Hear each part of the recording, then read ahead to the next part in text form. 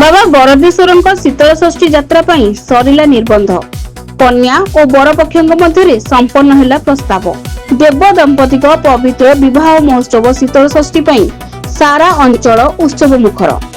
एही परिप्रेक्षी रे नुआपड़ा जिला सिनापल्ली ब्लॉक अंतर्गत चाड़ना और घंटीगुड़ा स्थित प्रसिद्ध पीठ बाबा बरदेश्वर मंदिर में शीतल षष्ठी यात्रा निमंते शुभ निर्बंध कार्यक्रम अत्यंत भव्य समारोह रे संपन्न हो जायछि।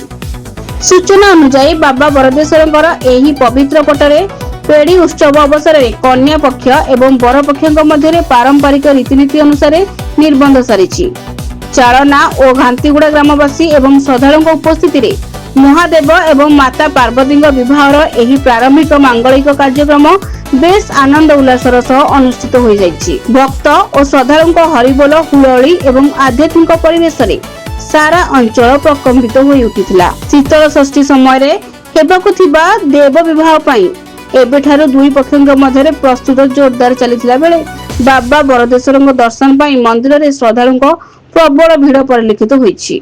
नुआपड़ा जिल्लारू परमेश्वर मेहर रिपोर्ट सठिक न्यूज।